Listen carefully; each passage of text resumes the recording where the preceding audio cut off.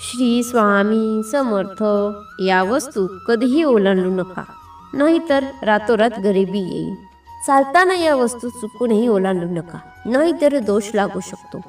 घरी आलेल्या या व्यक्तीचा तुमच्या घरी कधीही अपमान करू नका, नाहीतर घराची प्रगती होत नाही. त्यामुळे या गोष्टींची नक्कीच काळजी घ्यावी. तसेच नमस्कार करताना असाच करा.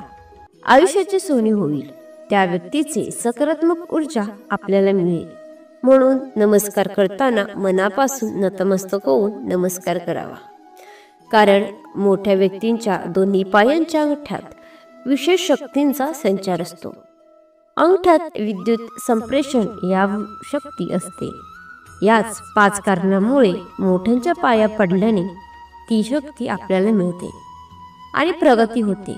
असे म्हणतात की जे फळ कपिला नावाची गायी दान केल्याने किंवा कार्तिक व ज्येष्ठ महिन्यात पुष्करमध्ये स्नान, दान, पुण्य इत्यादींनी प्राप्त होते, तेच पुण्य ब्राह्मणांच्या पाया पडल्याने होते. तसेच जेव्हा एखादी व्यक्ती आपल्या पाया पडते तेव्हा त्याचे दोष आपल्याला लागतात. म्हणून दोषमुक्त होण्यासाठी देवाचे नाव घ्यावे.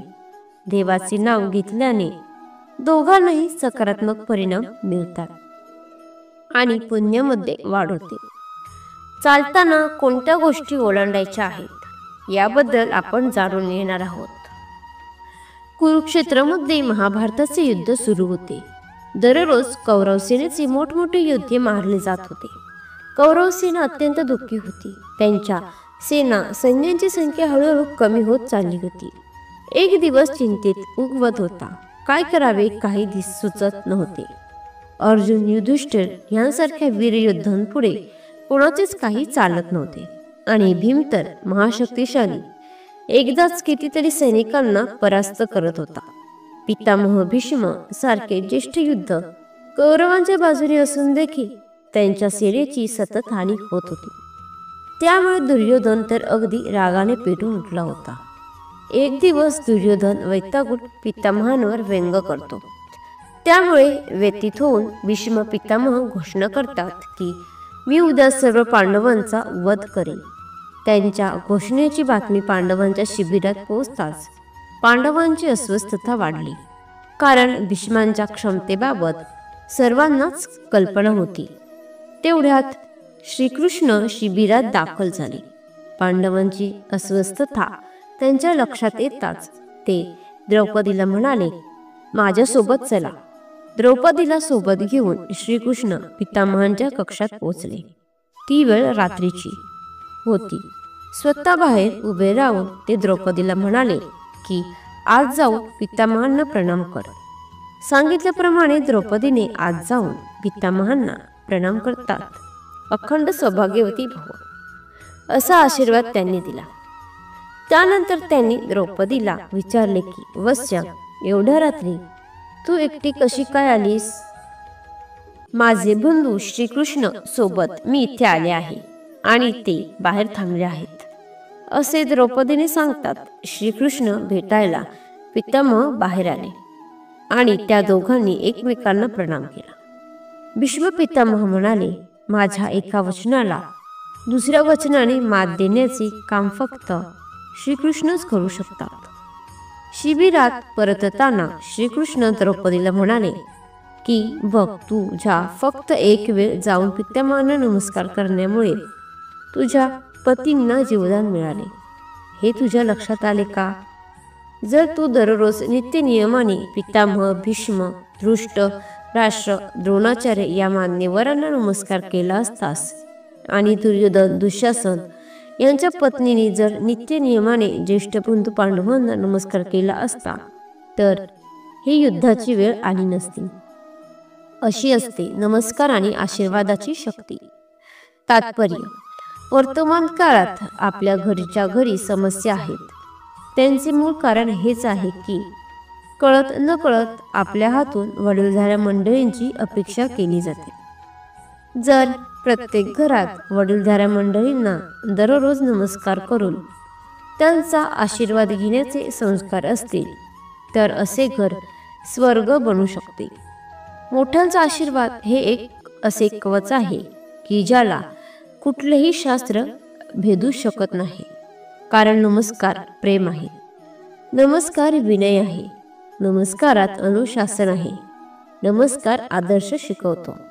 नमस्कारामुळे मनात सुविचार येतात, नमस्कारमुळे क्रोध नष्ट होतो, नमस्कारामुळे अहंकार नष्ट होतो. नमस्कारामध्ये शीतलता आहे. नमस्कार आपली संस्कृती आहे. या संस्कृतीचे आपण जतन केले पाहिजे. वैज्ञानिक कारण, पाया पडल्यामुळे आपल्या शरीरातील सर्व जोड ताणले जातात. त्यामुळे ताण दूर होण्यास मदत होते. हा एक प्रकारचा व्यायाम आहे. खाली वाकून पाया पडल्याने डोक्यातील रक्तप्रवाह वाढतो, जो डोळ्यांसाठी चांगला असतो. तसेच खाली वाकल्याने आपला अहंकार कमी होतो. वडीलधाऱ्या मंडळींबद्दल समर्पणाची भावना निर्माण होते.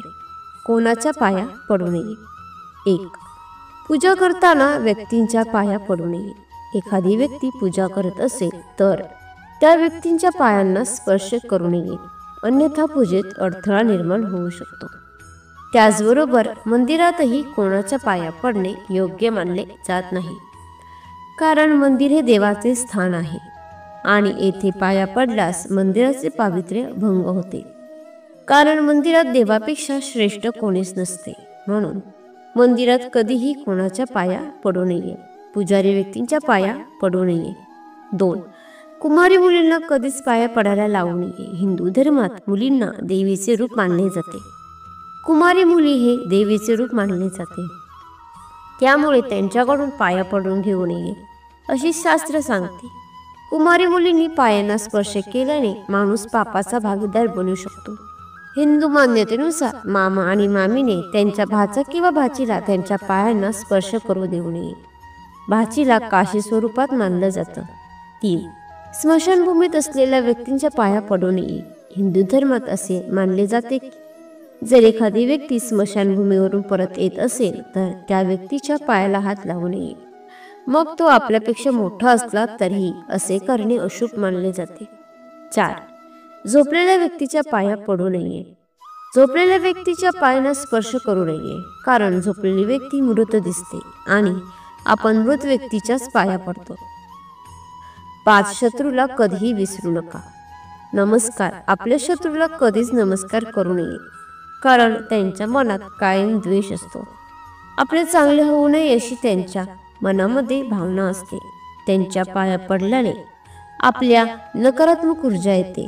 म्हणून शत्रूला कधीच नमस्कार करू नये. 6. साधू संन्यासींकडून पाया पडून घेऊ नये. साधू संन्यासी यांच्या आपण पाया पडावे, पण त्यांना कधीच आपल्या पाया पडू देऊ नये. कारण ते फक्त त्यांच्या गुरूंच्या पाया पडतात. 7. जावयाने सासऱ्याच्या पाया पडू नये. जावयाने सासऱ्यांच्या पाया पडू नये असे म्हणतात, कारण पौराणिक कथेत शिवशंकराने आपले सासरे दक्ष यांची हत्या केली होती. 8. भाच्याने मामाच्या पाया पडू नये. भाच्याने मामाच्या पाया पडू नये हे कृष्ण कथेवरून सांगितले जाते, कारण कृष्णाने कंस मामाचा वध केला होता. 9. जेवताना पाया पडू नये. एखादी व्यक्ती जेवत असेल तर जेवताना पाया पडू नये. 10. प्रवासाला निघणाऱ्या व्यक्तींच्या पाया पडू नये.